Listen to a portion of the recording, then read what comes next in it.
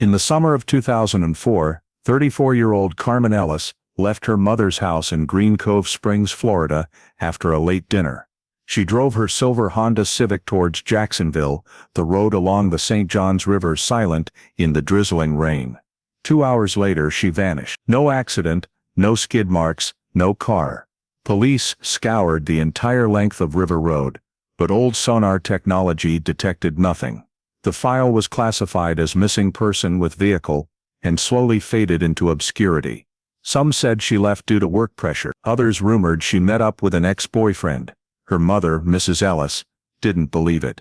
She sent letters for 20 years begging for the case to be reopened, but received no reply. Then in April 2024, the volunteer dive team Sun State Search and Recovery ran sonar over the old stretch of river. At a depth of 35 feet, the screen displayed the faint metal shape of a sedan half buried in the mud. When the silver Civic was finally pulled up, the license plate matched the 2004 file. Carmen was still in the driver's seat, seatbelt fastened. The airbag was deployed, and the gear shift was in drive. But the detail that silenced investigators was not in the cabin. It was in the trunk. A toolbox that did not belong to her, engraved with the name of her ex-boyfriend's garage, Stephen Moore. And just weeks later, paint analysis showed his Ford F-150 had collided with Carmen's Civic.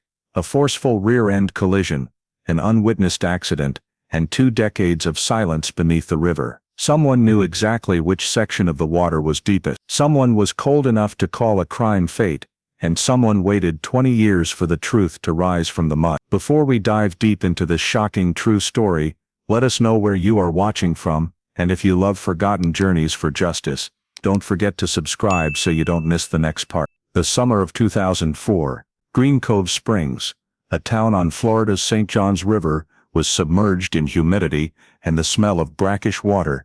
The pale yellow streetlights reflected on the rain-slicked road, casting a shimmering light on the moss-covered trees. That evening, no one suspected it would be the last time Carmen Ellis was seen. Carmen, 34, had just finished dinner with her mother in a small house at the end of Magnolia Street. She worked as an administrative coordinator at a hospital in Jacksonville, a little over a half-hour drive away. The meal concluded with typical conversation, work, the weather, a few light jokes. Before leaving, she said she would return to Jacksonville soon to prepare for her shift the next morning. Her mother warned her to drive carefully because the river road was slippery and often foggy. Carmen just smiled, put on a thin raincoat, grabbed her handbag, and opened the door to step out into the damp summer night. The silver Honda Civic started, the engine sound fading as she backed out of the driveway. Her headlights swept across the river's surface, illuminating the hazy mist. From the window, her mother could still see the taillights moving slowly along the road, running close to the water's edge, then disappearing around a bend. Outside, the rain began to fall heavier. The wind whistled through the pine trees, and Green Cove Springs returned to its usual nightly quiet. Inside the house, the wall clock struck 10, then 11. Every night, Carmen usually called to say she had arrived, but tonight the landline remained silent. Her mother sat in the living room, occasionally looking out the window, thinking her daughter might be late due to the rain. Around midnight, she tried calling Carmen's cell phone, but only heard a busy signal. She tried to sleep, but by the time the dim morning light filtered through the curtains, the anxious premonition had turned into fear. The next morning, the phone still had no response. In Jacksonville, colleagues reported Carmen had not shown up for her shift, her desk was untouched, and appointments in her planner were not crossed off. Miss Ellis rushed to the city, knocking on her daughter's apartment door. It was locked from the inside, the car wasn't in the lot, and the interior was silent. At noon she called the hospital, friends, and the traffic police, hoping someone had seen the silver Civic on the road. No one knew anything. She took Carmen's photo out of its frame, clutching it tightly. Early that afternoon she arrived at the Clay County Sheriff's Office headquarters, the rain still drizzling outside. In the watchroom of the Clay County Sheriff's Office, the pale white fluorescent lights reflected off the old wooden desk. Lieutenant Daniel Brower, in charge of the shift, was reviewing the weekly reports when he heard the door open. He looked up and saw a middle-aged woman standing in the doorway, her raincoat soaked, holding a photo tightly in both hands. Her voice trembled, interrupted. "My daughter, she hasn't returned since last night." Brower gestured for her to sit, pulling a blank file toward him. He asked each question slowly, trying to keep his voice calm: name, age, build, profession, car model. The woman answered, her eyes never leaving the photo in her hand. Carmen Ellis, 34. She was driving a silver Honda Civic, left Green Cove Springs last night, to go back to Jacksonville. Hearing that, Brower looked up, quickly made a note, and asked further, was anyone with her? Has she ever gone out of touch like this before? The mother shook her head. Never. Once he had enough information, Brower forwarded the file to the Crime Scene Investigation Unit. He reassured her, we will start searching right this morning. Please stay home, we will contact you if there is any new information. Mrs. Ellis just nodded, her hands still clenching the photo. As she left, the rain poured again outside, and the sound of her rubber boots faded down the damp hallway. Less than an hour later, 2 patrol cars were dispatched to the River Road area, the last stretch Carmen might have driven. The weather remained gloomy, gray clouds covered the sky, and the river wind carried a strong salty mist. At the scene, the technical team noted the weather conditions the night before: moderate rain, road surface wet, but not flooded. They stopped at a large curve, where the edge of the road was only a few feet from the river. The soil was soft mud, but there were no new tire tracks, no brake marks, no signs of dragging. A young police officer, Evans, bent down to observe, whispering, if a car went down here, there must be a cut or debris. But the road surface was smooth, the grass flattened with no clear direction. Below, the St. Johns River was calm, unbelievably quiet. No one saw an oil slick, no smell of gasoline, just the sound of the wind and small waves hitting the rocky shore. The dive team was called in that afternoon. They brought sonar, sweeping along both sides of the bridge, and the section of the river, near the curve. Beneath the murky, sediment-laden water, the sonar only returned dots of interference, tree trunks, pieces of wood, trash. 3 hours passed, and no object the size of a car was detected. The gentle current made localization even more difficult. At the end of the session, the dive leader confirmed, there's nothing here. Police expanded the search area by nearly a mile, but the results were still empty. A few nearby residents were questioned. They only remembered the rain the night before, and distant thunder. No one heard a collision, or loud noise. Everything matched one fact: that night was unusually quiet. By evening, in the small conference room at the station, Brower gathered the officers. The map of the route from Green Cove Springs to Jacksonville was spread out. He marked the locations of traffic cameras, gas stations and bridges. If the car fell into the river, we would see an oil slick, or debris. But there is nothing. If she went a different direction, at least a camera would have recorded it. A technical officer replied, no signals from toll systems, no license plates matching the victim's Civic. The next day, they continued searching the river's edge by small boat. On the bank, a few officers planted flags marking spots suspected of having tire tracks, but upon closer inspection, it was just mud washed away after the rain. Everything, the soil, the grass, the water, was smooth, cold, as if no car had ever passed through. Brower completed the preliminary report. No trace of vehicle or person found, no sign of criminal activity, potential for an underwater accident. The case was entered into the system with the classification code missing person with vehicle. As twilight set, the patrol cars left the area, leaving the stretch of river in darkness. The river water rose slightly after the rain, and the wind blowing across the grass made the surface ripple. In the Clay County police files, Carmen Ellis's name had just been added to the list of missing persons, whose disappearance was unexplained, a new name among hundreds of other files, and no one knew how long it would lie there. Since Carmen Ellis's missing persons file was opened, the St. Johns River became the focus of every eye. The river water was murky, covered with a thin layer of mist, and the musty smell of mud spread throughout the River Road area. Clay County police remained steadfast, trying to find even the smallest clue. While sweeping along the water's edge, an officer named Evans accidentally spotted a small object drifting onto the grass by the riverbank. It was a fragment of silver plastic, its surface shimmering under the dim light, looking like a broken piece of a car bumper. He bent down to pick it up. The paint had chipped off, and the edges were worn by water impact. The object was placed in an evidence bag, sent to the technical unit for examination. The conclusion returned was brief: source undetermined. insufficient data to match a specific vehicle type. The plastic fragment was sealed and placed in the evidence locker, like hundreds of other nameless fragments. While the technical team was at work, the sheriff's office received a call from a nearby fisherman, Mr. Harold Lewis. He recounted that on the rainy night, Carmen disappeared. While docking his boat, he heard something heavy fall into the water, accompanied by the sound of metal colliding. When he looked out, he only saw mist in the dim lights reflecting off the river. Lewis thought it was trash or a tree trunk carried by the water, so he didn't pay attention. Only when he heard about the missing person case did he report it. The investigation team immediately went to meet him. Lewis pointed out the direction from which he heard the sound, but that location was nearly a mile from the river road section. The river was wide and had many bends. Sound echoes could easily mislead. Police recorded his statement, marked the area, and decided to expand the search downstream. Small boats carrying sonar continued to sweep the riverbed, but the screen still only showed dots of interference.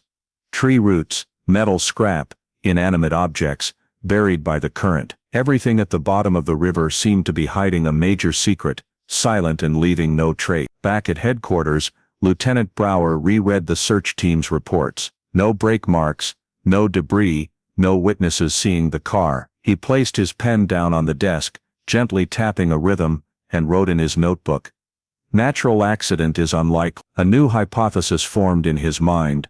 There might be a human factor. From there, the investigation shifted to gathering information about Carmen's life and relationships. At her mother's house, police learned Carmen lived alone in Jacksonville, had a stable job, and no debts or personal trouble. Mrs. Ellis asserted her daughter would never stay out overnight without notifying her. Friends at the hospital said she was gentle and quiet, but recently seemed agitated, often checking her phone and growing quiet when she received a text message. One person vaguely recalled her mentioning that someone was still trying to contact her again, despite her wanting to move on. The man's name appeared in the files: Stephen Moore, owner of a small garage in Palatka. The two had dated, breaking up not long before Carmen went missing. According to her mother, their relationship ended badly. He was jealous, sometimes hot-tempered, and had even come to her house to talk to Carmen. When police asked, Mrs. Ellis just replied quietly, "I think she was definite about breaking up with him." Phone records were requested for comparison, and coincidentally Stephen's number appeared in Carmen's call log several days before she disappeared. No conversation was recorded after that. Although there wasn't enough evidence, Lieutenant Brower noted the man's name at the top of the list for interrogation. In the preliminary report, he added a short line, "Possibility of third-party interference, not excluded." Late that evening, as Brower left the office, the fluorescent lights shone down the long corridor, reflecting dimly on the still damp floor tiles. He stopped by the window frame, where a thin mist from the St. Johns River was seeping through the pane. Below, the water was dark and suspiciously still. He thought of the woman who disappeared in the rainy night, thought of the unanswered questions.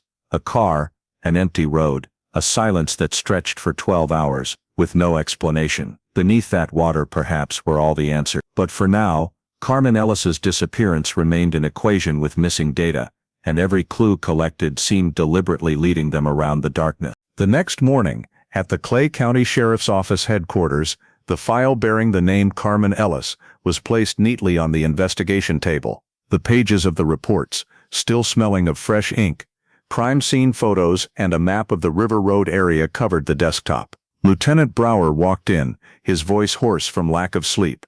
He reread every line of the report, pausing at the section for close contacts. Amidst the long list, one name was circled in red: Stephen Moore, the victim's ex-boyfriend, owner of a small garage in Palatka, less than 20 miles from where Carmen disappeared. Brower looked up, his gaze steady. "Summon him for questioning." A few hours later, the man appeared in the interrogation room, his jacket stained with motor oil, his hands still smelling of metal. He was in his early 30s, tall, with slow gestures, but his eyes were as impenetrable as a wall. Before the interrogation began, Brower watched him through the frosted glass, then flipped to the first page of the file, where the words were clearly printed: Carmen Ellis, Missing Person Report, August 2004. "Do you know why you've been asked to come here?" Brower asked. Stephen replied, "Because of Carmen, I suppose." "How long were you and she together?"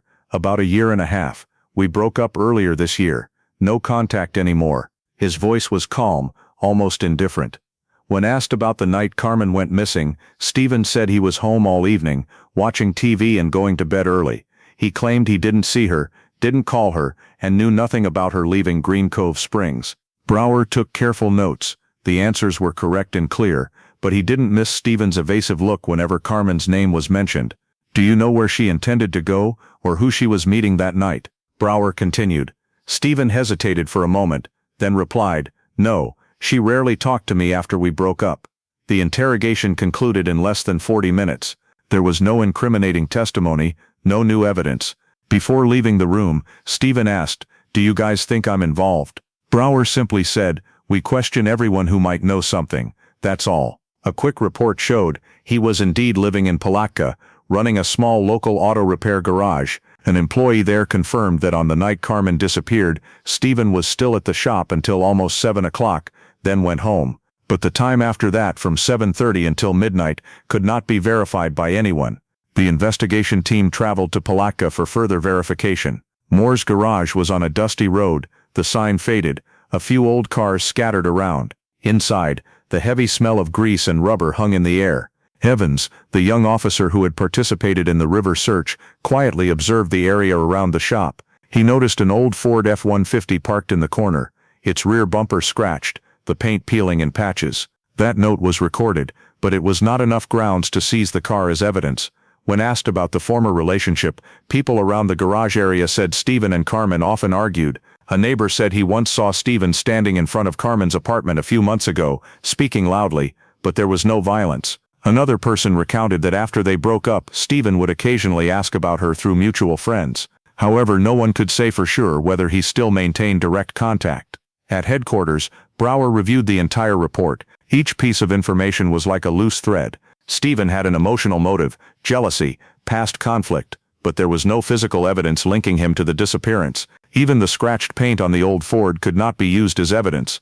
The paint color was common, and the car was too old. The technical department continued to review Carmen's phone. The call log confirmed Stephen's number had contacted her a few days before she disappeared, but there were no conversations on the night of the incident.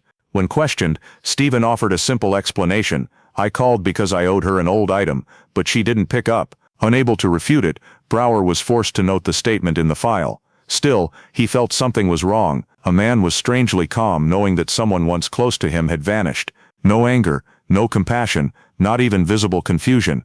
As he left the room, Stephen looked straight at Brower and smiled faintly. If you find her, let me know. The way he spoke sent a chill down his spine, like a statement that had been prepared in advance. In the following days, the police continued to check information from the hospital, friends and colleagues of Carmen.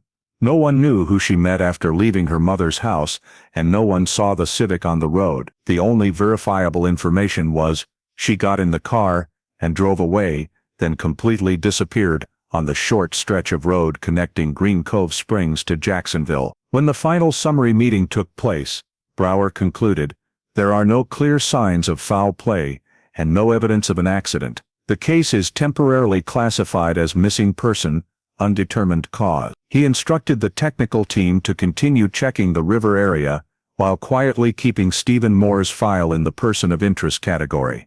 Outside, the afternoon faded. The wind from the river blew through the window, carrying the heavy scent of mud. Brower stood by the window, looking out where the St. Johns River curved like a cold steel band. A nameless feeling lingered in him. The old investigator's intuition said this case hadn't ended here, and the man who had just left the police station was not just an ordinary witness. The missing person file for Carmen Ellis still lay on Lieutenant Brower's desk, with no sign of being closed. Every direction of investigation seemed to lead to a dead end. No car, no body, no specific evidence, just a series of unanswered questions. On gray, rainy afternoons covering the St. Johns River docks, Brower still felt as if something was hidden beneath the surface of that water, something that could not be explained by the simple accident hypothesis. At his request, the scene technical team was directed back to River Road to conduct a more detailed survey. The goal to determine whether the Civic could have slipped into the river on its own in the rainy night conditions. That morning, as the first light pierced through the cloud cover, technicians began stretching measuring tape along the riverside road. The road was narrow, just wide enough for 2 lanes. The roadside had no guardrail, separated only by a layer of low grass and a gentle slope running down to the riverbank. They hammered stakes to mark the position where the traffic camera last recorded the car's headlights, then walked along the water's edge to examine the terrain. Old tire marks, blurred by rain and mud, yielded no clear information. Down the slope, the moist sand-mixed clay soil, hardened after several dry days, had no deep ruts or new indentations corresponding to the weight of a car. The technician tried using a protractor to measure the road slope. The angle was only about 6 degrees, not enough for a car to slide on its own without intervention. They also tried to simulate by placing a heavy object at the same position, pushing it lightly to slide, but the object stopped after only a few meters. When Brower arrived, the river had turned a dull bronze color, and the strong wind caused ripples on the water. He stood on the slope looking down, clearly seeing the inconsistency in the previous reports. If the Civic had truly plunged from here, there must have been plowing marks, or soil erosion caused by the wheels spinning, but everything was flat and intact, as if The chief technician, a man named Randall, approached, pointing to the terrain map on a handheld electronic board. "Lieutenant, we just ran a 3D simulation. Given the angle of the slope and the wet road conditions, the car could only slide about 2 meters before stopping. It couldn't have fallen on its own unless the driver accelerated or it was pushed." Brower contemplated, his eyes directed toward the river. He asked, "Any traces of oil or metal fragments?" "No, sir. We took soil samples at 3 suspected locations, all negative for hydrocarbon. No traces of fluid from the engine or brakes. Impact marks on trees, utility poles or posts. None at all." The survey extended in both directions, north toward the Freeport Bridge and south toward the Painter's Bend curve. All yielded similar results. The terrain did not allow a car to fall without leaving a trace. Although the river was wide, the current was not strong enough to sweep a car away to the extent that nothing could be found after several days. Brower requested a computer simulation test, entering the actual parameters: car weight, slope height, road surface resistance, and rain conditions. The result displayed on the screen: spontaneous sliding was impossible. For the Civic to fall into the river, a rear impact force at a speed of at least 35 miles per hour, or a push while stopped, was needed. That concluding sentence silenced the command room. There was no longer any doubt. If Carmen had fallen into the river, someone had intervened. The next day the forensic team returned to the area to search for more physical evidence. They walked along the roadside, using ultraviolet light and reflective agents to check for oil stains, but the road surface was clean. Only a few small reflective spots, which turned out to be tree sap and insect remains. A technician found a tiny scratch mark on a rock near the riverbank, the surface shining with a silvery gray color. A sample was taken and brought back to the lab for analysis. However, preliminary analysis showed it was just a piece of old paint blown in from somewhere, not matching modern car paint types. Brower stood on the bridge, watching the small boats of the search team move slowly beneath the water. He felt a question repeating in his mind: if there was no accident, where did the car go? In the afternoon, when the team returned to report, Randall offered an additional possibility. If the car didn't fall here, it might have been pushed down at another section, a deeper one, or one that was obscured. He opened the map and pointed to a curved section of the river where the bank was steeper, about 3 miles away. But that area was outside the initial search range, and the old generation sonar was not capable of scanning deep enough to the bottom. Brower was silent. He knew his unit's budget and manpower were limited.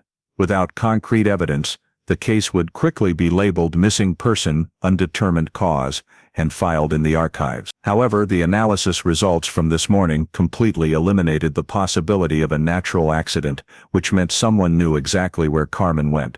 Before leaving the scene, he turned to look at the river once more. The water was calm, reflecting the gray sky.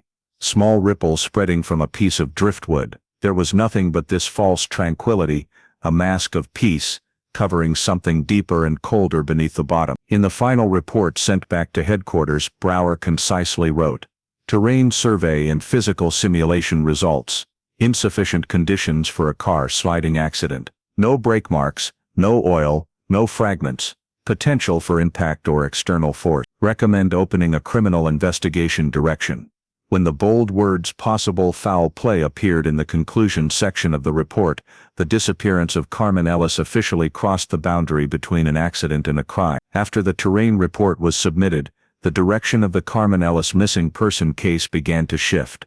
Lieutenant Brower requested a check of the entire route Carmen might have taken from her mother's house in Green Cove Springs to her workplace in Jacksonville. Police scoured surveillance camera locations, gas stations and convenience stores along River Road, hoping to find the last image of the silver Civic. At an old gas station less than 2 miles from the River Road curve, the owner said his camera system was operating all night, storing data on an internal hard drive. That was the first hope after weeks of fruitless search. The recording equipment was disassembled and transferred to the technical lab. The data was heavily distorted due to the humid weather and rain, but the technical team patiently restored each segment. On the screen, the image from the external camera appeared, a blurred scene due to rain on the lens, flickering neon lights on the canopy and a misty sky. A silver car stopped next to a pump. Although the image was fuzzy and the frame was off-center, the technicians recognized it as a Honda Civic. The driver stepped out,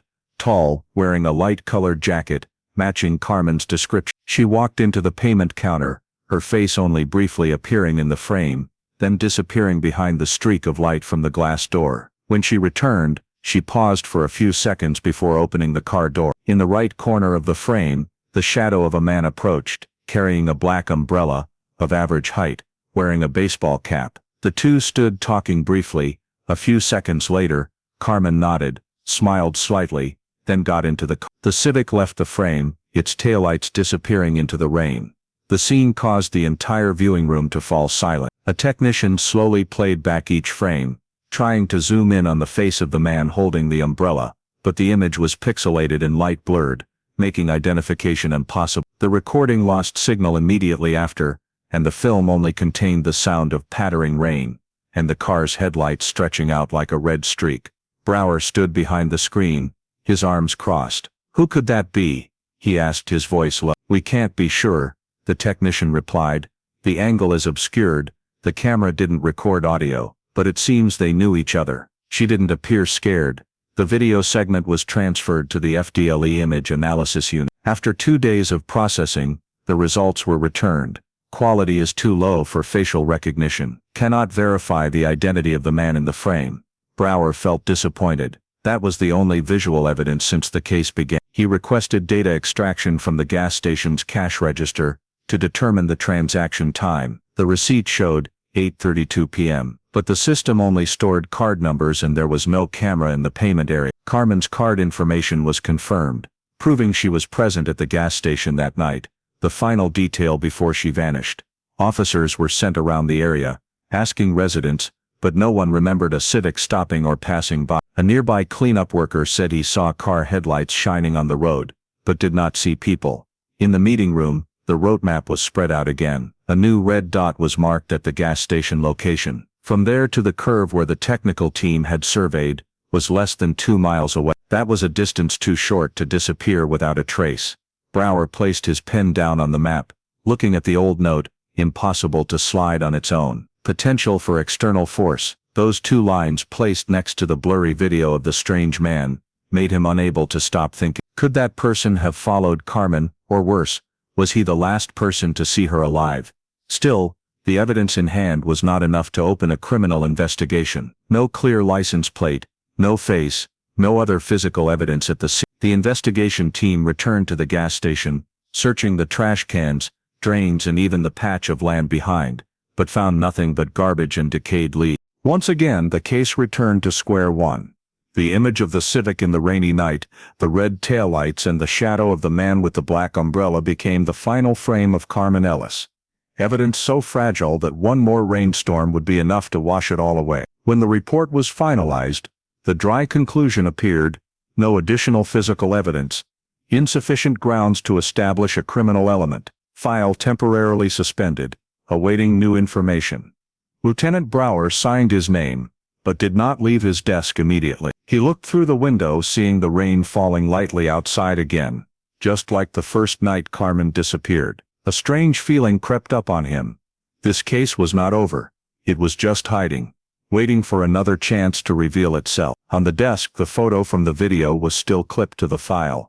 A blurry frame, two figures standing between the light of the gas station lamp and the slanting rain. It was unclear which of the two was speaking the last sentence, only that after that moment, Carmen Ellis and the silver Civic had vanished from this world as if they had never existed. After months without any progress, the disappearance of Carmen Ellis slowly faded from the focus of the Clay County investigation. The blurred reports, indistinct photographs, and the anonymous plastic fragment were now just annotations in a thick case file. When no new leads emerged, the file was transferred to FDLE Jacksonville, the repository for unresolved cases. On the day of the transfer, Lieutenant Brower personally signed the handover memo, his handwriting stiff on the final page. He looked at the stack of documents, feeling as though he was putting an end to something that was not yet allowed to conclude. On the clear plastic cover, the words "missing person, Carmen Ellis," had already faded. He knew the procedure well. Without new evidence, without new witnesses,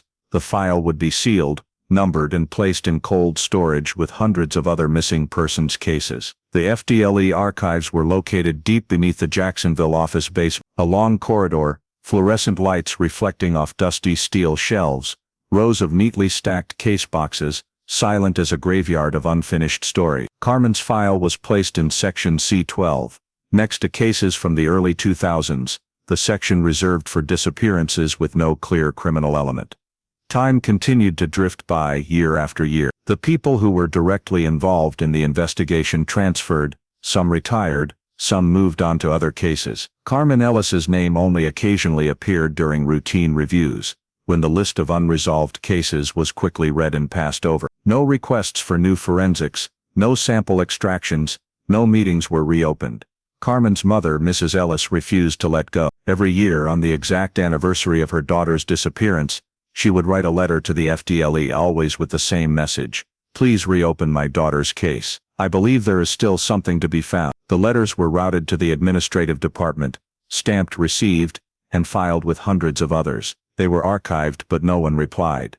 With no news, Mrs. Ellis sought answers her own way. She posted her daughter's photos in riverfront neighborhoods, stopping to ask fishermen, boaters, anyone who might have passed through the River Road area. The only response she received was sympathetic headshake. Some advised her to move on, others gently suggested, perhaps she left, wanting a new life. But she would remain silent, clutching the dog-eared photo. 5 years after the disappearance, the Carmen Ellis file was added to the FDLE cold case unit list. The status in the system was updated. Indicate. No new leads. Next to it was the case code 2004, when local newspapers occasionally mentioned the case in their unresolved disappearances. Features, they only dedicated a few lines of summary.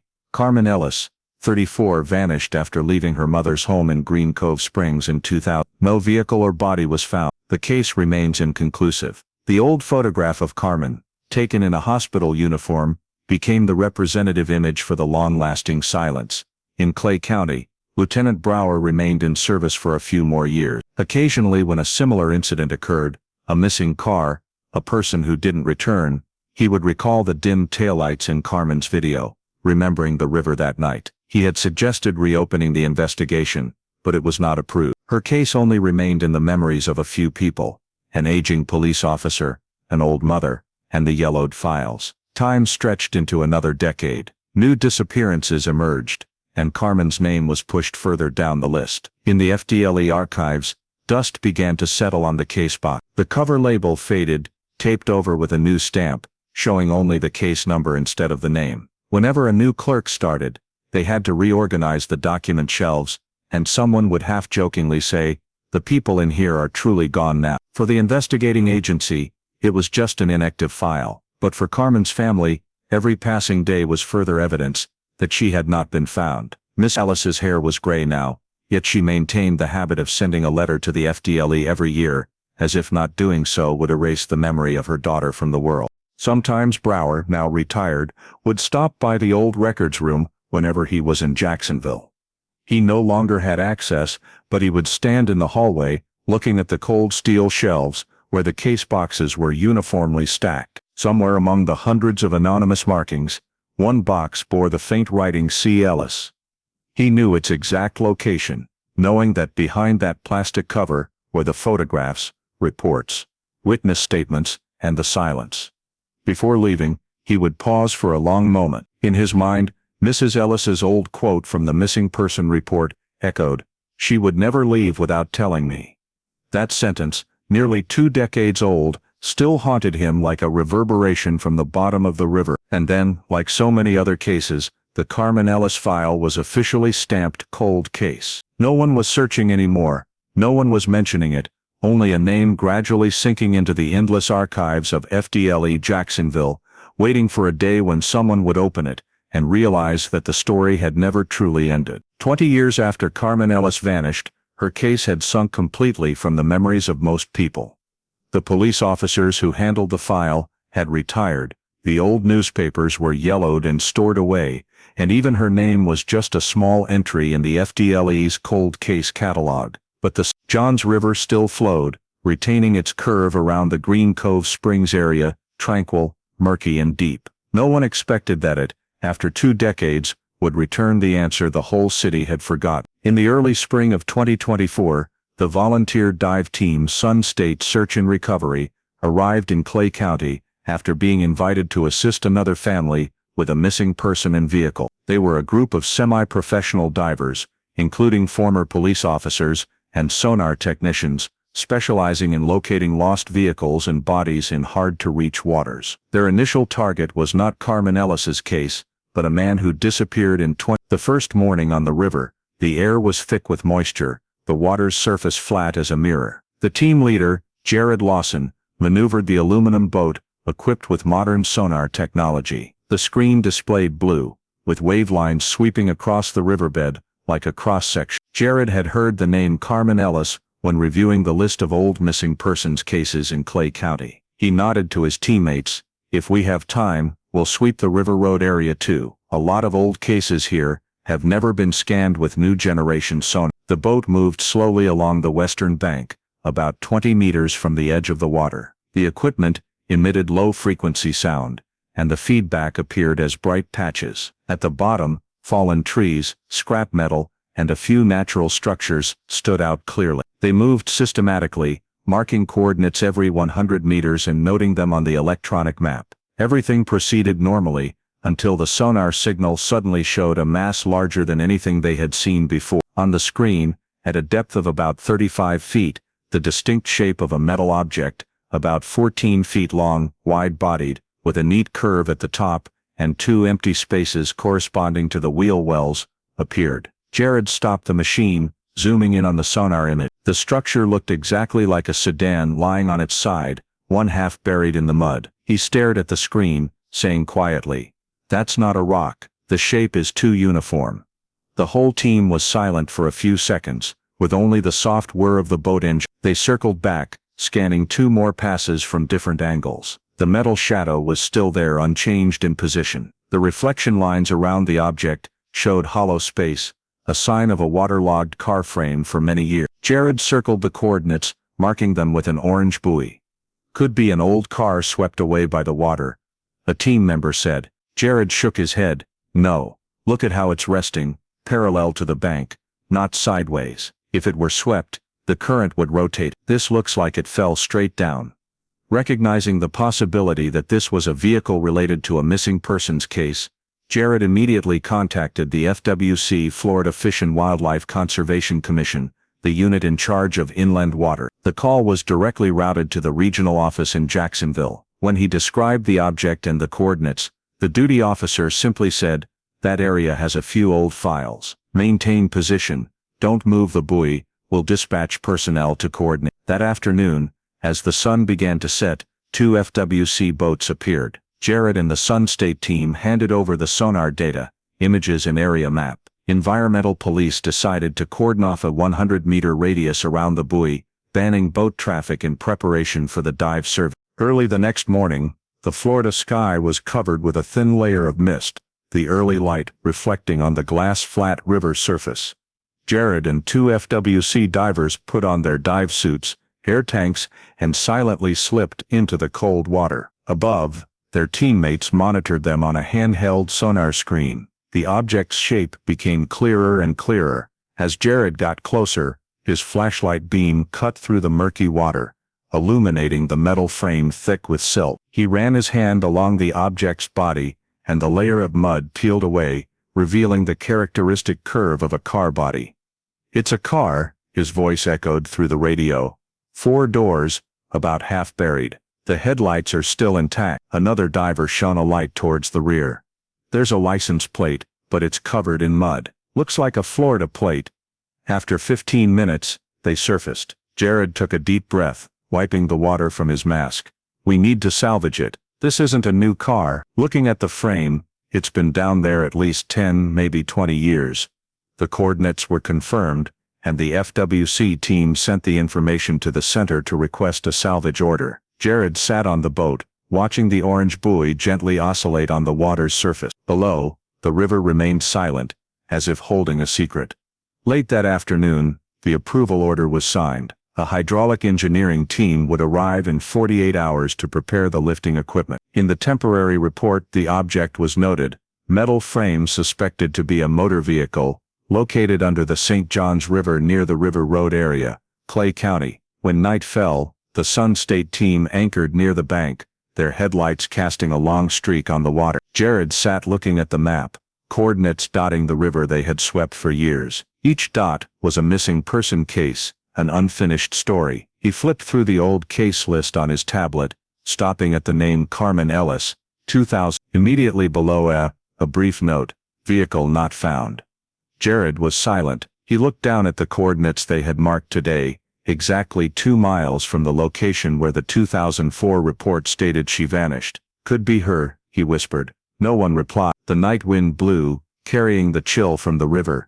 The day ended in silence, with only the yellow light from the boat deck reflecting on the water. Beneath the dark water, amidst the mud and algae, the metal object lay dormant, for 20 years, waiting to be pulled up, along with the answers the past had buried deep. Clay County Sheriff's Office, coordinating with FWC and the Sun State team, erected temporary barriers and placed warning buoys, prohibiting boat traffic. News of an old car found under the St. Johns River quickly spread, attracting a few local reporters, but they were stopped far away. No one was allowed to approach the salvage area, except for the technical team and FDLE forensics personnel. That morning, the sky was heavy and gray with moisture. A hydraulic crane was positioned on a large barge, and 2 divers prepared to descend to attach steel cables to the car frame. On the bank, Lieutenant Brower, now retired, but invited back as a consultant, stood next to an FDLE representative,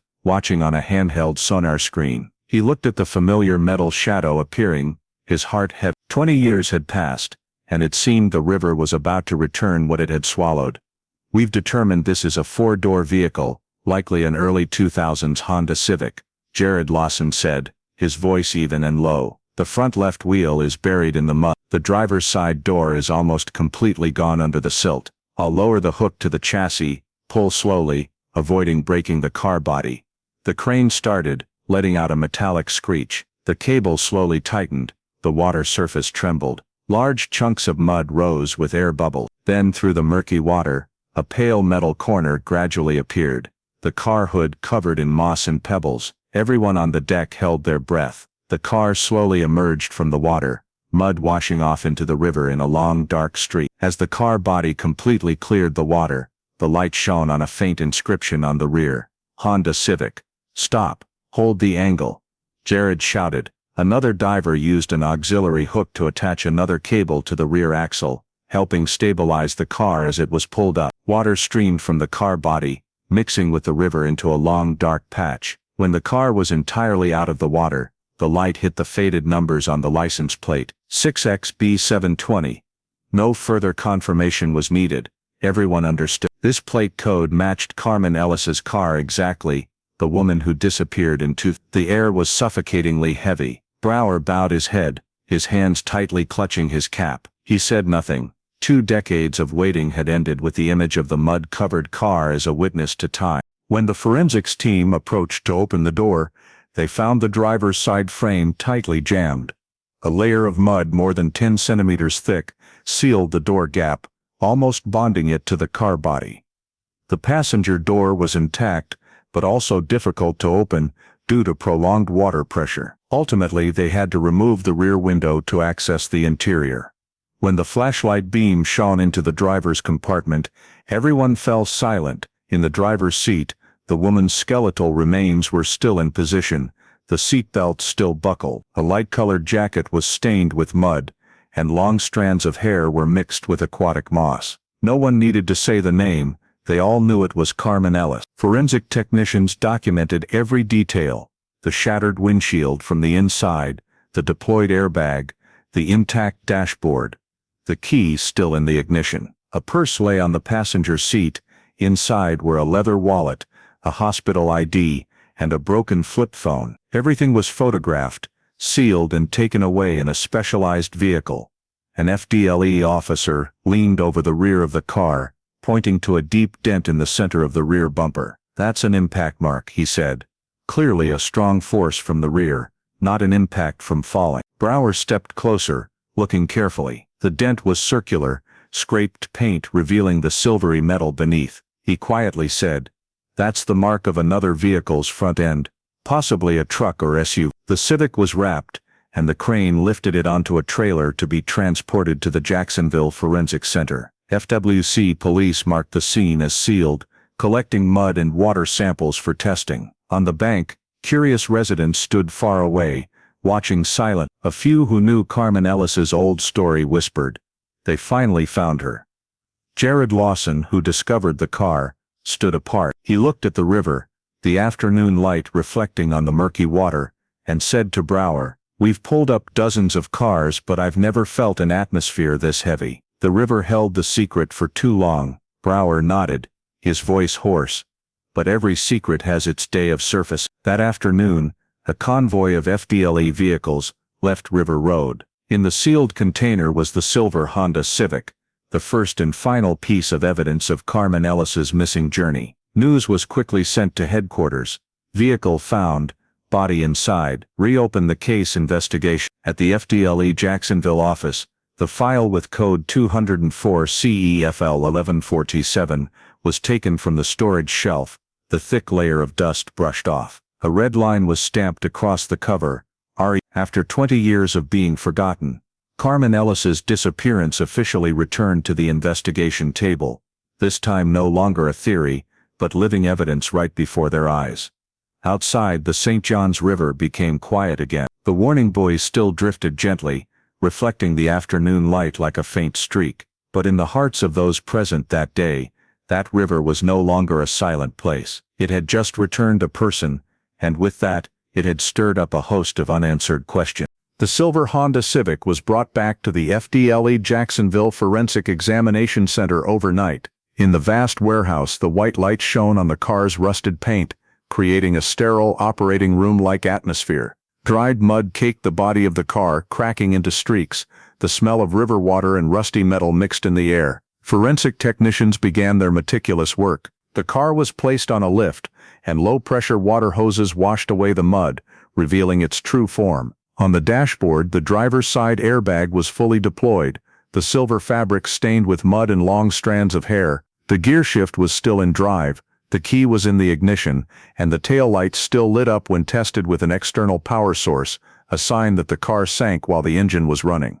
The rear of the car drew the most attention. The rear bumper had a noticeable indentation, sunken about 4 inches deep, with a slightly warped surface. Under a spectral microscope, the paint in the impact area showed 2 different colors. One was the car's original silver, the other was a lighter silver streak, consistent with automotive paint used on early 2000s Ford truck models. The paint sample was scraped off, sealed in an evidence bag, and prepared for later material comparison. Inside the vehicle cabin, technicians found several key details. The speedometer was stuck at 43 miles per hour, and the fuel gauge showed half a tank. The driver's door was jammed shut, mud sealing the crevices, indicating the door was not opened when the car sank. The driver's seatbelt was still fastened. On the passenger seat was the victim's handbag. Inside were a leather wallet, a hospital employee badge, a driver's license, and a few wet bills. Everything was photographed and sealed. The next step was processing the body. In the cold examination room, forensic doctors worked in silence. The female body was determined to have a time of death corresponding to the victim's period of disappearance. Long hair, a light-colored coat, a tarnished silver necklace, all matched the description of Carmen Ellis. Jawbone and hair samples were taken for DNA testing. The results, returned after 48 hours, confirmed a complete match with the DNA sample on file from 2004 provided by the victim's mother. The forensic report explicitly stated, the victim is Carmen Ellis, 34, resident of Jacksonville, Florida. The condition of the body suggests death in an aquatic environment, with no signs of restraint. The seatbelt was intact. Major injuries were concentrated in the head and chest area. A fracture of the left frontal bone is consistent with a forceful impact before sinking. Preliminary conclusion, the cause of death was drowning secondary to collision trauma. In other words, Carmen was still alive when the car plunged into the river, but was stunned by the powerful crash and unable to escape on her own. When Lieutenant Brower read the report, he sat silently for a long time. 20 years ago, he had written that the case likely involved external force. Now, every line of the forensic report proved it. Someone had crashed into Carmen's Civic, rendering her unconscious, and the car had drifted into the river while the engine was running. A technician brought in a sealed envelope containing the paint sample taken from the rear bumper. "We've sent it to the materials analysis lab," he said. "If it matches any vehicle of interest, we can trace the perpetrator." Brower nodded, his eyes lighting up. For the first time in years, this case was more than just a name on the cold case list. After the examination was complete, the car was moved to the evidence storage area. Everything was sealed and assigned a new code, 2024 RRCE/Vehicle Evidence 001. In the FDLE system, the status of file 2004 CEFL14T7 officially changed from cold case to reopened, active investigation. Outside the forensics lab, the Jacksonville afternoon sun was intense, the light streaming through the window and reflecting onto the floor. Brower stood there, looking through the thick glass at the Civic resting under the lights. He knew that from this moment on, the Carmen Ellis case was no longer a matter of the past. It had returned, along with the chilling affirmation the river had finally uttered after 20 years of silence. This was not an accident.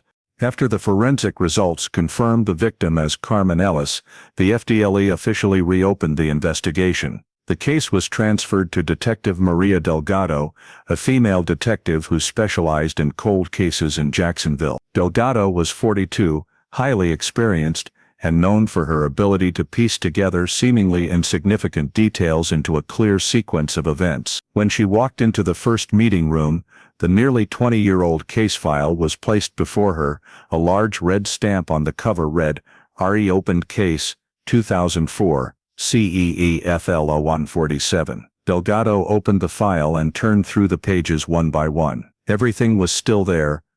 Ellis's missing person report, the crime scene description, images from the gas station, and the testimony of Stephen Moore, the ex-boyfriend. Throughout the morning, she took notes in red pen: no brake marks, rear collision, inconsistent testimony. Each line was a piece she intended to put back in chronological order. The first step, Delgado reviewed the old evidence. The silver paint chip recovered from the rear of the car was sent to the materials lab. The results confirmed it matched the type of paint used on the 2002 Ford F-50 model, the same type of truck Stephen had owned when he operated a garage in Palatka. She marked 2 words in red ink: Matt. Next was the video footage from the gas station. The original data was severely damaged, but 2024 image recovery technology far surpassed that of 2 decades prior. Delgado requested that the digital unit digitize the entire video using AI software to enhance brightness and reduce noise. After nearly 10 hours of processing, the blurry frame from long ago gradually became clear. On the large screen, the silver Honda Civic stopped under the gas station awning. The door opened, and Carmen stepped out, slim figure, wearing a light-colored coat. A man's silhouette approached from the edge of the frame, tall, broad-shouldered dark jacket, wearing a baseball cap. As the software enhanced the resolution, the facial features became distinct. Stephen Moore. Delgado stared at the screen, her eyes sharp. "Pause here," she said. The technician froze the frame at the moment Stephen was standing close to the car door, his head slightly bowed, his mouth moving a few phrases. Carmen recoiled a half step, her gaze momentarily hesitant before she nodded and opened the car door. They talked for about 10 seconds before she got in the car and drove away. Stephen stood still, watching the taillights until the Civic disappeared in the rain. "That is visual evidence," Delgado said, her voice decisive. He lied in his Stephen claimed he didn't see Carmen that night, but the camera proved otherwise. The old documents were placed on the conference table, the deposition transcript, the interview report, Stephen's time of confirmation at home. Delgado compared every detail. In his statement, he claimed to have left the garage at 7 p.m. and stayed home all evening. But the gas station receipt showed Carmen filled up at 8:32 p.m., and the video was filmed during the same time frame. That meant, if Stephen was present at the station, he had left home at least an hour after the time he claimed. Delgado called Lieutenant Brower, who had investigated the case his voice was low when he heard the news. I always suspected him, Marie, but back then, all we had was instinct. Now you have the image. See it through. I will, sir. That afternoon, Delgado and her team went to Palica. Stephen Moore's old garage was closed, the sign rusted, but he still lived at the same address, a small house in the suburb. When the police car stopped in the yard, Stephen opened the door, a look of surprise on his face when he saw the FDLE badges. Delgado introduced herself briefly.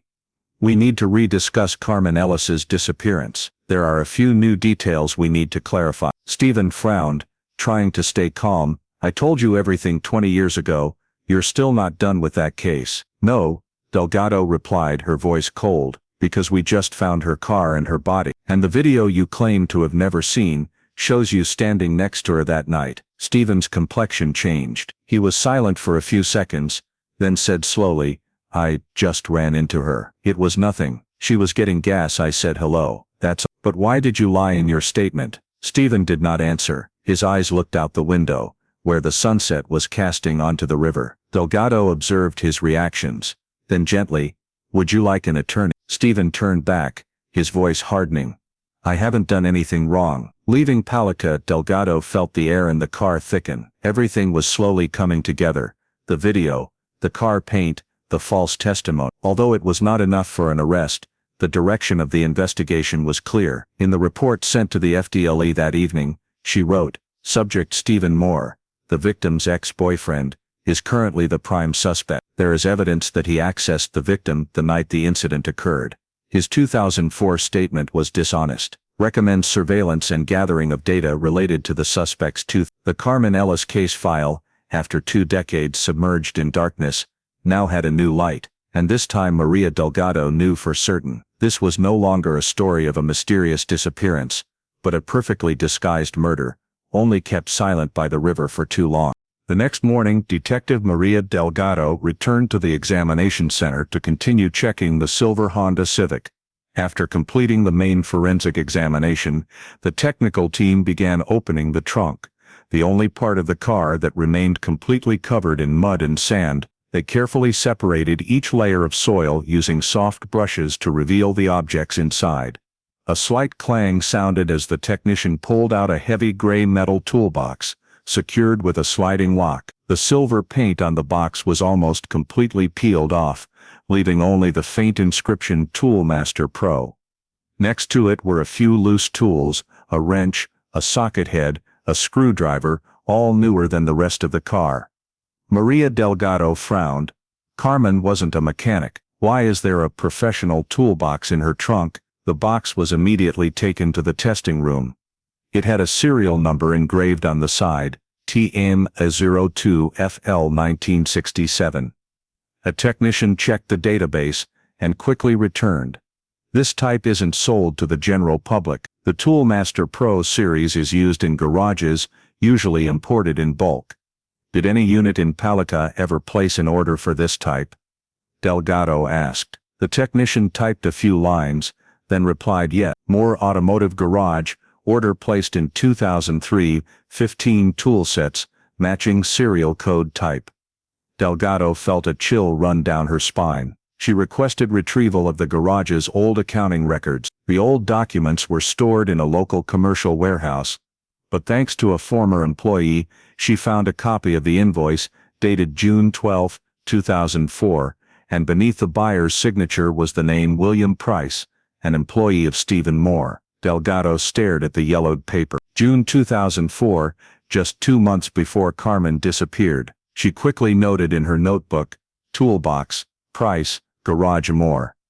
A new detail had just been revealed. She contacted the Palica Police Department to verify the garage's old personnel record. An officer checked the files and replied, William Price was Stephen Moore's lead mechanic, about 32 years old. With a mechanical degree specializing in truck repair, he died in a car fire in 2005, recorded as an accident. An accident? Delgado asked again. That's right. According to the record, his car caught fire on US 17 highway, caused by a fuel leak. There were no criminal suspicions at the time. 2 deaths, separated by only a year. A woman disappeared without a trace. A man, her ex-boyfriend's employee, died in an unexplained car explosion. Delgado felt the faint threads beginning to weave into a pattern. She requested that the forensics team re-examine the toolbox. Inside, between the socket compartments, was a small piece of paper, wet and faded, but a few characters could still be read. More auto. Ordered Jern 47. The evidence couldn't be clearer. The box came directly from Stephen's garage. There's no reason for Carmen to be carrying this, Delgado told her assistant, Agent Jason Hill. She wasn't mechanically inclined, and the car was working fine before she went missing. This box must have been placed in the trunk after she met Stephen. Hill nodded.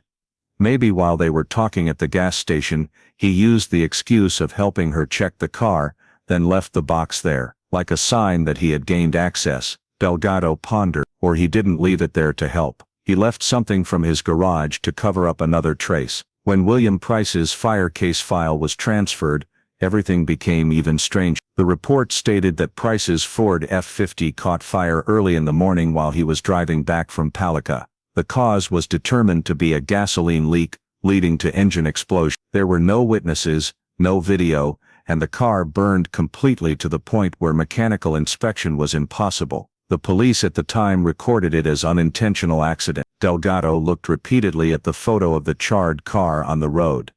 Then at the paint sample taken from Carmen's car's rear, also from the Ford F-50 line. She said nothing. Only placing the 2 files side by side. 2004, Carmen Ellis, died from rear collision. Ford silver paint. 2005, William Price, died in a Ford F-50 explosion. No witnesses. 2 cases. 2 years, 2 vehicles of the same type, and 1 person connecting them. Stephen Moore. Delgado sighed, then quietly said to Hill, if William was the one driving the F-150 that hit Carmen, who guarantees that his car fire accident wasn't a way to silence him? Hill was silent, his eyes fixed on the photo of the Civic being pulled from the river. Maybe he knew too much, he said, or Stephen didn't want anyone else to be able to say anything. Delgado looked through the window. The late afternoon Jacksonville sky cast a bronze-gray color, the same as the river water from all those years ago. In her mind, the final pieces of the case began to fit. Carmen disappeared after meeting Stephen at the gas station. Her car was hit from behind by an F-150, the paint trace matched the type of truck Stephen owned, and a year later, his mechanic who had access to that truck died in a mysterious explosion. In the memo sent to her superiors at the end of the day, Delgado wrote briefly, new evidence, toolbox establishes a direct link between the victim and Moore Automotive Garage. Prime suspect, Stephen Moore. Secondary link, William Price, deceased. The 2 incidents are likely part of the same sequence of events. Recommend opening a formal criminal investigation. As she signed the paper, she knew for certain the Carmen Ellis case had officially entered a completely new chapter. From a river mystery, it had now become a systematic murder, covered up by 2 decades of silence. Jacksonville Evidence Examination Room was bustling again after many years. In the white-lit laboratory, technicians were painstakingly working on paint samples, DNA samples, and every tiny detail from Carmen Ellis's silver Honda Civic. Detective Maria Delgado walked in, holding a thick file marked Evidence Batch. She had been waiting for this report for days, a report that could determine the direction of the entire investigation. On the table, the lead technician, Dr. Vaughn, was placing 2 metal plates side by side. They had been cut from the rear bumper of the Civic and an old Ford F-150 seized from Stephen Moore's former garage. Both pieces were polished smooth and viewed under an electron microscope. When the magnified screen turned on, 2 layers of paint were clearly visible. The same 4 coats, the same dull silver tone with reflective aluminum flakes, characteristic of the PPG company, and the same PPG code, 8632 silver frost, a rare paint type only used for a batch of. We compared the paint's molecular structure and the underlying polyester fiber sample, Vaughn said, pointing to the screen. The match rate is 99.8%. This is not just the same vehicle line, this is the same batch of paint, possibly from the same garage or the same supplier. Delgado gripped the pen in her hand tightly. She didn't need to hear more. The physical evidence spoke for itself. The F-150 at Stephen Moore's garage was the vehicle that had collided with Carmen's Civic. What about the DNA results? She asked. Vaughn flipped open another file. We collected skin and epithelial cells from the handle of the toolbox found in the Civic's trunk. The result, DNA matching Stephen Moore's sample, obtained from a 2004 archive file. In addition, there is a second, incomplete DNA profile, but it is very close to William Price's profile. The room fell silent. Delgado took a deep breath, feeling the final puzzle pieces slowly fitting together. The toolbox from Moore's garage, the matching car paint, Stephen's DNA directly on the evidence. Everything pointed in one direction. Stephen Moore had staged the accident that killed Carmen. She prepared a report for her superior, requesting a temporary arrest warrant. But as she was signing, the desk phone in the room lit up. An operator patched through a call. An anonymous call for you says it's related to the Ellis case. Delgado pressed the button. This is Detective Delgado. On the other end was a raspy, hesitant man's voice. I know what happened to her, but the person driving that night was not Stephen Moore. Delgado tightened her grip on the receiver. Who are you? It doesn't matter, but you are looking in the wrong direction. Stephen wasn't in the F-150 when it hit her. He just ordered someone else to drive. Do you have proof? The voice hesitated for a moment, and then whispered, William Price. He was the one driving that night. Are you saying William, the man who died in 2000? Then the line went dead. Delgado stood frozen, her heart pounding. The statement seemed to pull her back against everything she had investigated. The toolbox with William's name, the second DNA sample in the trunk, and the accidental car explosion that occurred just 1 year after Carmen's death. Could it be that William was the driver, and Stephen was the mastermind behind the wheel? She immediately convened an emergency meeting with the investigation team. On the projector screen, she drew a diagram of the relationship. Carmen Ellis, victim, died due to rear-end collision. Stephen Moore, ex-boyfriend, garage owner, DNA on the toolbox, owned the F. William Price, lead mechanic, purchaser of the tool batch, died in a fire too. At the bottom, Delgado wrote a new line. Anonymous call, claims William was driver. Assuming the call is truthful, she said, William drove the F-150 that night. But for what reason? Perhaps Stephen ordered him to follow Carmen, or help stage the accident, and when everything fell apart, William became a threat, so he handled him with the car explosion. Hill, Delgado's assistant, frowned. But if William was the driver, how do we explain Stephen's DNA in Carmen's car? Delgado replied, he might have left it there when he placed the toolbox in the trunk, or when he staged the scene afterward. We cannot rule out the possibility that he showed up on River Road after the collision. She knew she needed to verify the source. The first request was to determine Stephen's location on the night Carmen disappeared. The 2004 cell phone records were recovered from old carrier data, thanks to modern technology. The result stunned everyone. Stephen's phone signal disconnected from Palica at 8:20 p.m., matching the time Carmen was at the gas station, and the moment the camera recorded a car's headlights driving away. Delgado looked around the meeting room. Even if William was driving, Stephen was there, and he knew exactly what happened. That evening, she sat alone in her office. The Johns River map spread out before her. The desk lamp illuminated old photos, the Civic submerged in the mud, the gray toolbox, and the young face of Carmen Ellis in her personnel file. Now the case was no longer just about a man hitting a car and fleeing, but a premeditated plan involving an accomplice and a cover-up. Delgado wrote in her investigation journal, physical evidence results. Civic paint matches F1. Stephen's DNA is on the toolbox. Secondary DNA partially matches William Price. Anonymous source confirms William was the driver the night of the accident. Hypothesis, Stephen masterminded.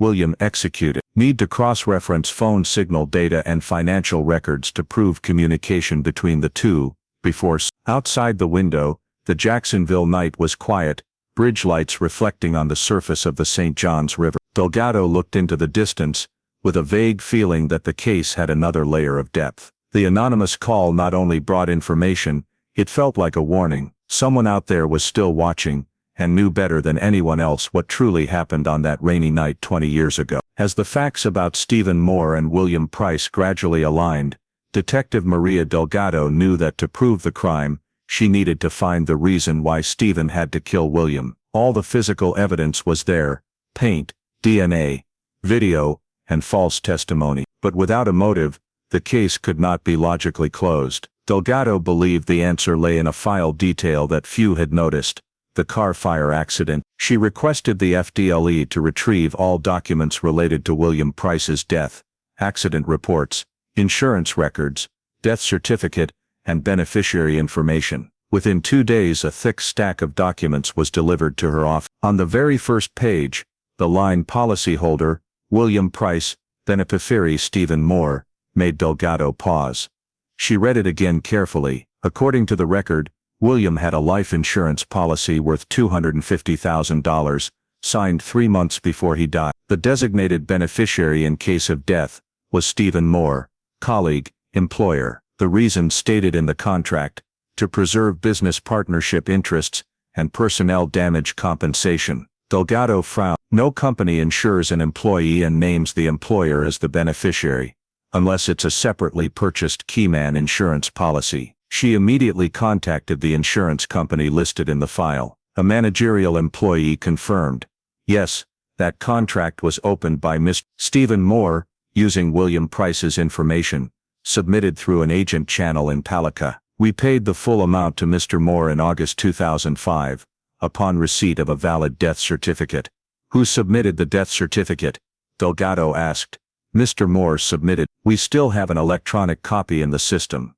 When the document was transferred, everything became even more suspicious. On the death certificate, the signing authority was not the local medical examiner, but a name that did not exist in the list of medical personnel at that time. The death certification code also did not match the state system. A forged document, sophisticatedly made, but enough to bypass the insurance company nearly 20 years ago. Delgado called the FDLE data specialist.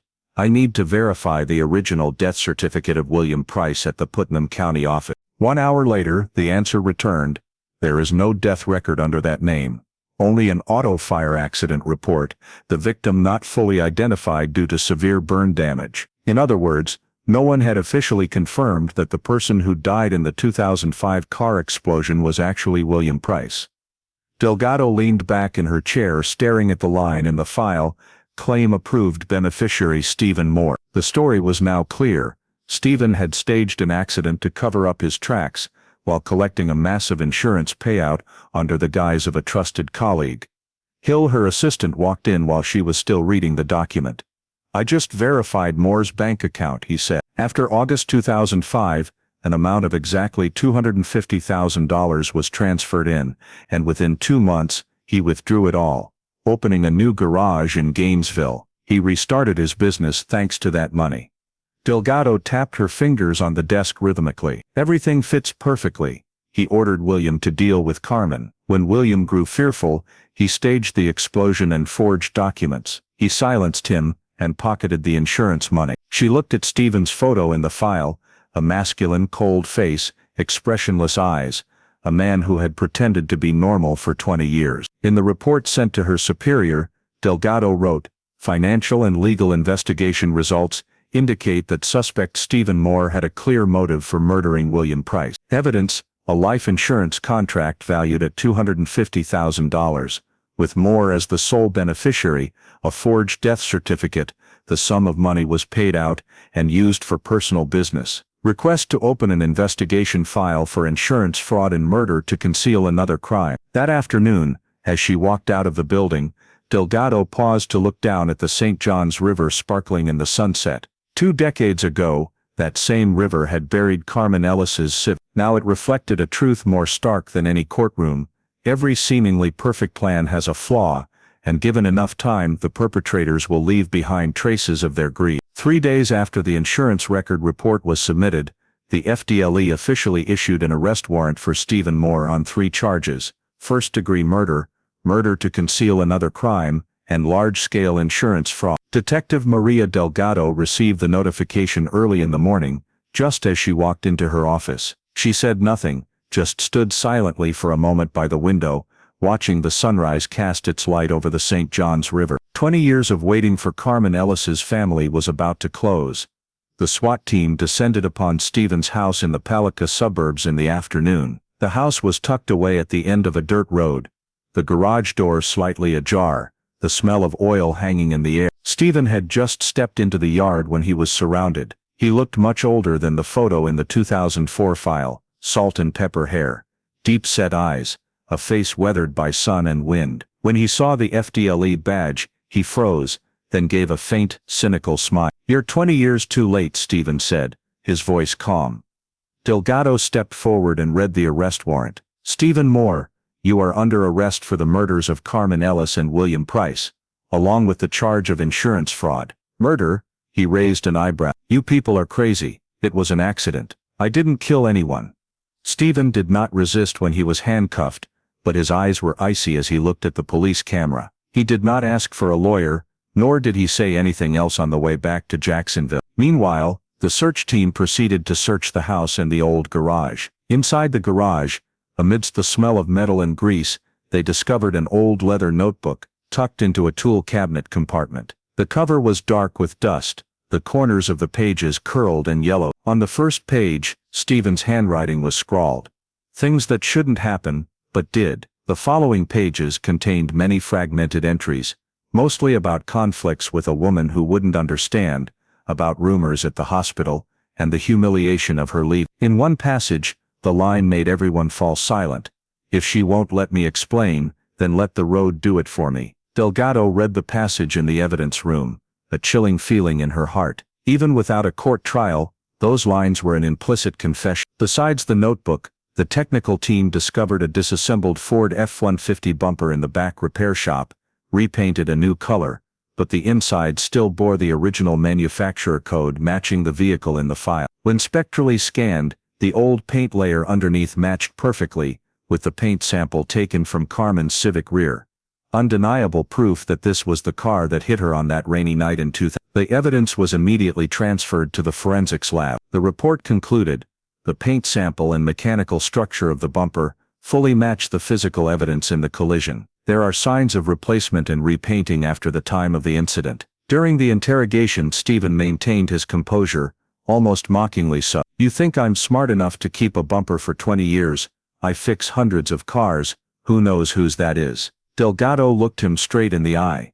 "We know, because the production code only matches your vehicle, and because your DNA is on the toolbox in the victim's trunk. You cannot deny meeting Carmen that night." Stephen shrugged. "She called me. She wanted to talk. I just met her to settle things. We argued. She drove away. It was raining. The road was slick. She lost control. That's..." Delgado responded, her voice cold and firm. "But her car was hit from behind. The impact was so severe that the airbags deployed, and your car's paint was on it. There was no loss of control, only an intentional crash." Stephen fell silent. Only the faint whirring of the tape recorder could be heard in the room. Delgado leaned in, looking at him for a moment longer. "What about William Price? He died in a car fire accident. Was that another accident too?" He looked up, a flicker of something in his eyes, anger, then it vanished again. "William was stupid. He wouldn't keep his mouth shut. I don't need to explain anything to you people." The interrogation ended in silence. As he was being let out, Stephen turned back and gave a cynical smile. "You think you can prove I did it intentionally? Everything was just an accident, and she brought it upon herself." Delgado did not reply. She only watched him being escorted to the car, the handcuffs gleaming under the light. In her hand, the latest forensic report was complete.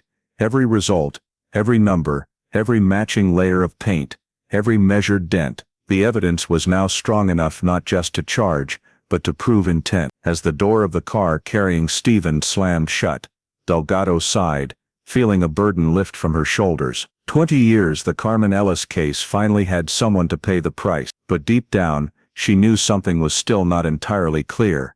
The shadows between Stephen, William and that rainy night, where the silver Civic plunged into the river, seemingly dragging along secrets that had never been told. Just when everything seemed closed with the arrest of Stephen Moore, Detective Maria Delgado still felt something was unsettled. Stephen's composure during the interrogation, his sarcastic remarks about the accident, and his lack of fear made her suspicious. Did he still have an unplayed card? She ordered the investigation team to re-examine the complete 205 file on the car fire accident of William Price. The old documents were retrieved from the Putnam County Archive, only a few blurry scene photos, a brief report, and one note, body completely burned, identified by ID card found in the vehicle. There was no DNA testing, no dental records, not even a confirmation of next of kin. Everything was based on a partially burned wallet containing an ID card in the name of William Price.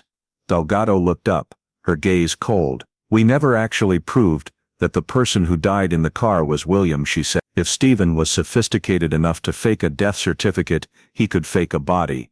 The very next day she ordered the exhumation of the old evidence file, sending the remaining ash and bone fragments to the modern FDLA forensic lab. 2 weeks later the results stunned the entire team. The DNA did not match William Price. The person who died in the 2005 car fire was an unidentified male, approximately 40 years old, with no blood relation to William.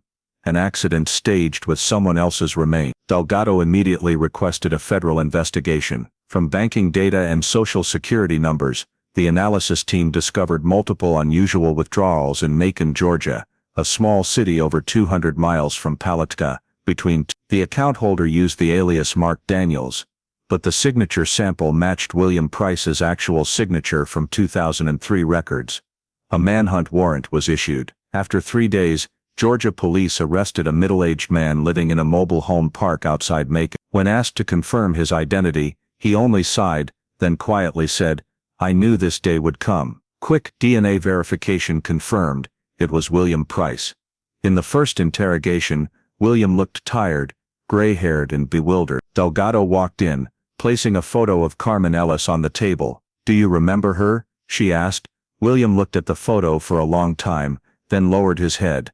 "I was the one driving that night," he confessed, his voice trembling.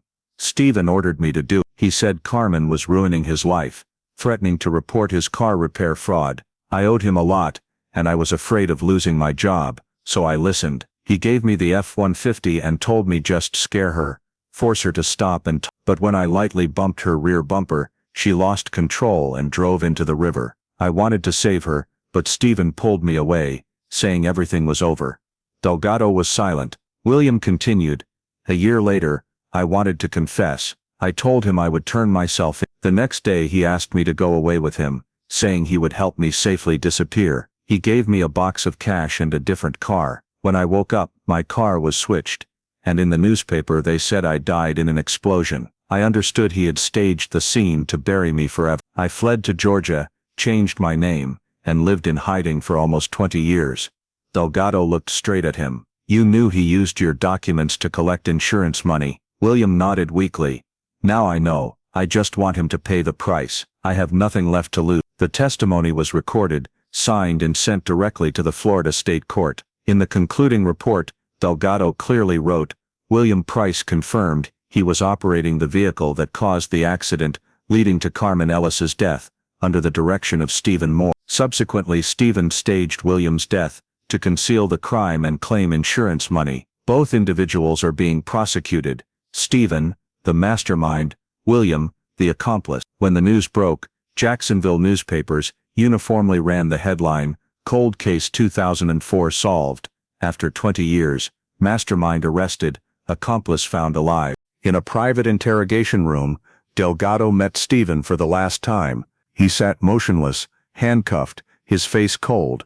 When he heard William was alive, Stephen laughed, a dry, raspy sound through his teeth. "I gave him a new life. He should have been grateful to me."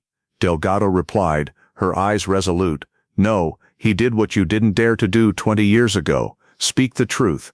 On the way to the transport vehicle, Stephen still maintained his arrogance, but this time no one was afraid of him anymore. As for William, when brought back to Florida, he asked for only one thing: to see the St. Johns River, where Carmen Ellis was lost. He stood silently by the bank for a long time, the water rippling under the sunset, then quietly said to Delgado, "She didn't deserve to die. I've lived with this guilt for 20 years, now it's over." Delgado nodded.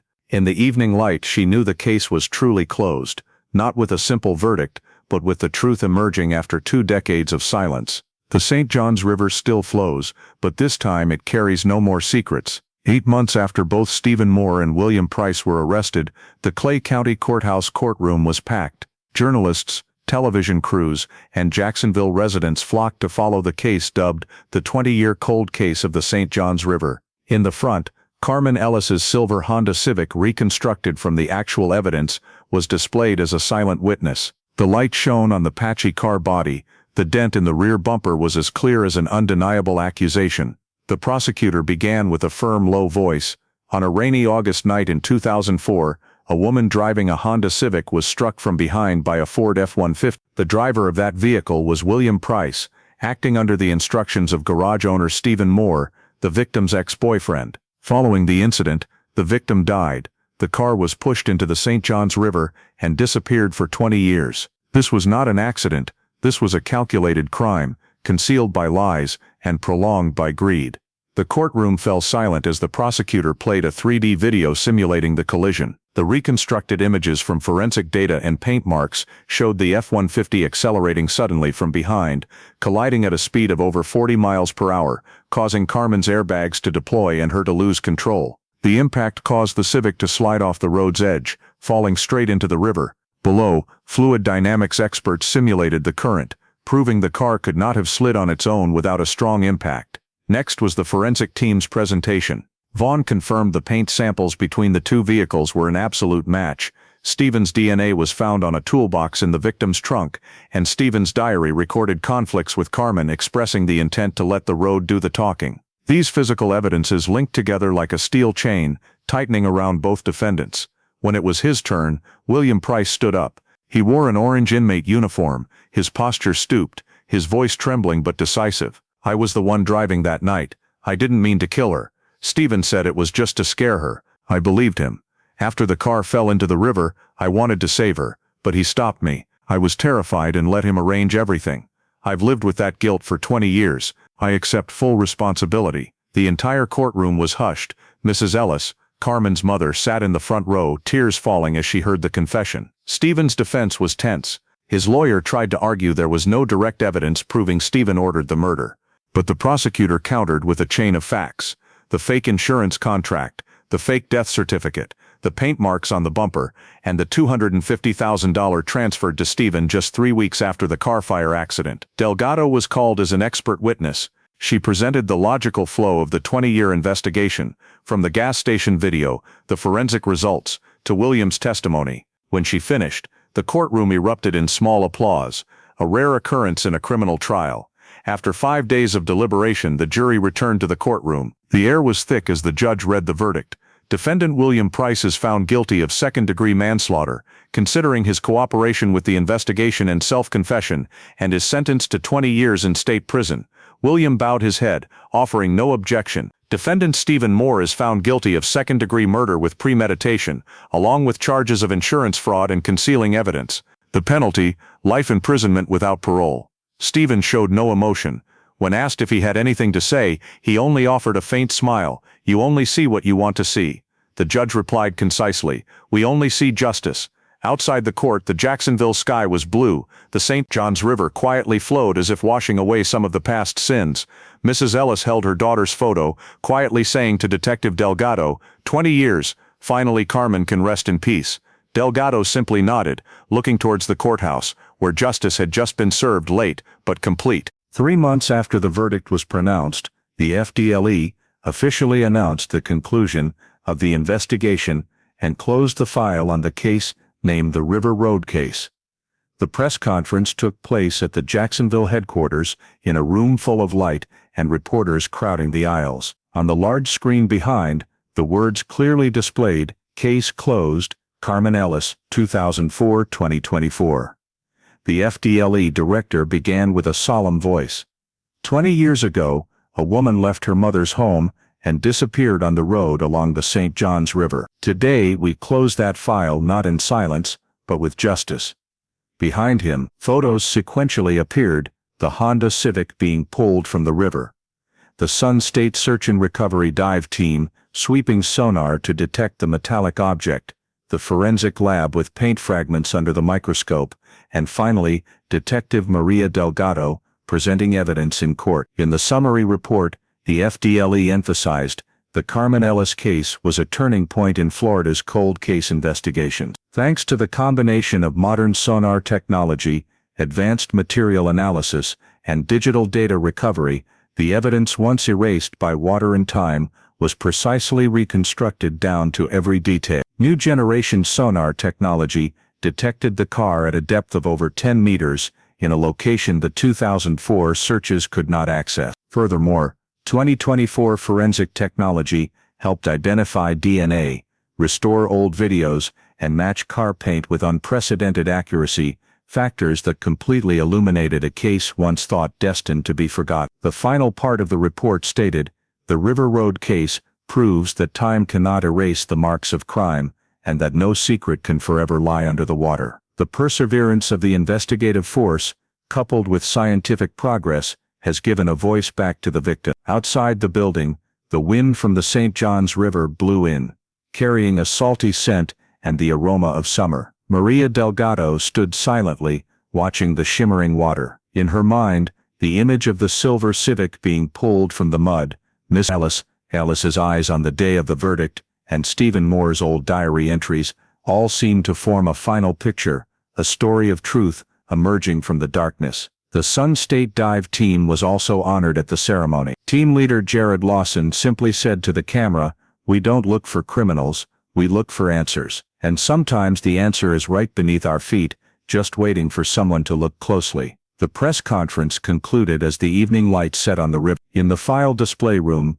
the last evidence box coded 2004 CEFL 1147 was sealed, stamped closed in red ink, and placed into storage. Before leaving the office, Delgado paused by the window, looking down at the quiet surface of the St. John. 20 years a secret buried at the bottom of the river was finally told, not just a story of crime, but proof that justice, however slow, still finds a way to surface. The river continues to flow, but this time, it carries peace, for Carmen Ellis, for her mother and for all the souls once forgotten by time. The fact that Carmen Ellis's Honda Civic was found after 20 years, thanks to Sun State Search and Recovery's sonar, shows the importance of volunteer communities and safety equipment. A glass-breaking hammer, sharing your route home, or sending a check-in when driving through desolate roads, like River Road, can make a life-or-death difference. The FDLE's restoration of the gas station video and matching the paint between the Civic and the Ford F-50 in Stephen Moore's garage is a reminder that data does not lie. Therefore, each of us should save receipts, location data, dashcam footage, impartial witnesses, if a risk occurs. Stephen's false testimony, the toolbox with DNA in the trunk, and the life insurance with an unusual beneficiary help identify signs of control and manipulation in relationships, jealousy, stalking, staging accident. In the U.S., where laws protecting victims of violence and harassment are stronger, trust your intuition, report to the police early, and utilize hotlines and protective orders when necessary. Miss Ellis's persistence, sending letters annually, requesting the case be reopened, reminds us that family's voice has legal and moral value. Do not give up in the face of administrative silence. The twist of William Price, living under an alias, then confessing, also teaches us to be wary of shortcuts and insurance fraud schemes. Documents, signatures, and beneficiaries need to be transparent, whether at work or in the family. Finally, the case proves that no secret can forever sink beneath the water. Create good trails for yourself, safety equipment in the car, clean digital data, transparent relationships, and create good pressure on the system. Volunteer, donate to search teams, support forensic budgets, so that when needed, the truth has a path to surface.